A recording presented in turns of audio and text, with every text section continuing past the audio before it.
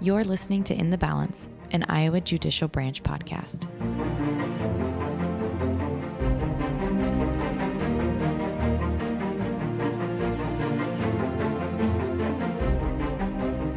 Welcome back.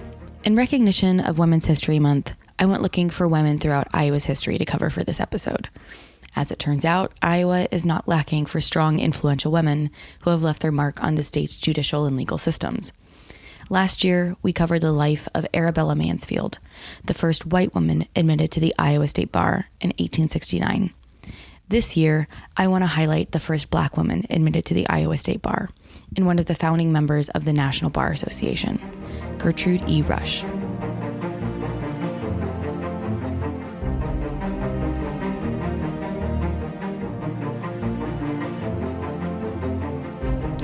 Gertrude Elzora Durden was born at the height of summer in Navasota, Texas, on April 5, 1880, to Frank and Sarah Durden.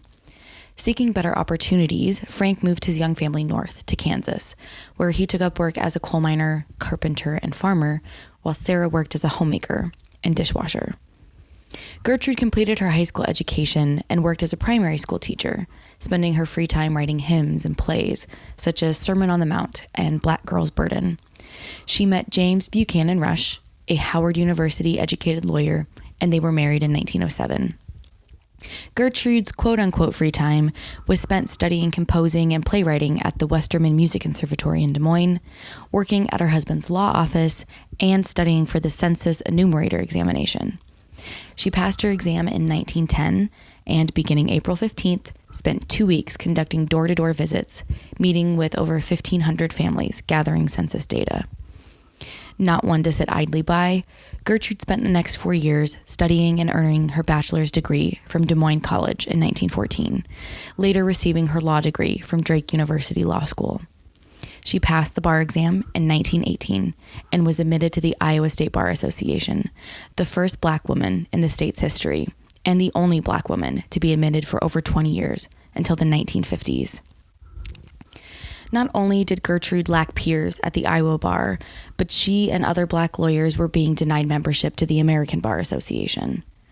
Being denied a seat at the table they had every right to sit at, 5 Black Iowa attorneys created a space for themselves with the founding of the Negro Bar Association in 1925, later renamed the National Bar Association. The founders included George H. Woodson, S. Joe Brown, James B. Morris, Charles P. Howard Sr., and Gertrude E. Rush, the only female founding member. Today, the National Bar Association remains the oldest and largest national association of predominantly African American lawyers and judges. In 1985, the National Bar Association established the Gertrude E. Rush Award, which honors lawyers and judges, quote, based on their leadership in the community and who have demonstrated a concern for human and civil rights and are models of excellence in legal education, along with perseverance in the law, public policy, and social activism. Gertrude went on to practice law in Iowa and Illinois, working out of both Des Moines and Chicago until the 1950s. Over her life in Des Moines, she formed the Charity League and the Protection Home for Negro Girls and organized the Women's Law and Political Study Club. She was also a delegate to the Pennsylvania Emancipation Exposition in 1913, marking the 50th anniversary of the Emancipation Proclamation. She also chaired departments for the National Bar Association of Colored Women and helped form the Des Moines chapter of the NAACP. A monument to the founders of the National Bar Association called A Monumental Journey can be seen at the Hanson Triangle Park on Grand and 2nd Avenue in Des Moines. Artist Carrie James Marshall began the design in 2006, and the sculpture was installed 12 years later in 2018.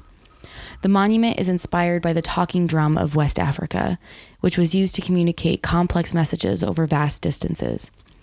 The sculpture invokes the image of one drum stacked on the edge of another drum, embodying, the artist says, the notion of communication among diverse peoples and a legal system that, though not perfect, strives to be balanced.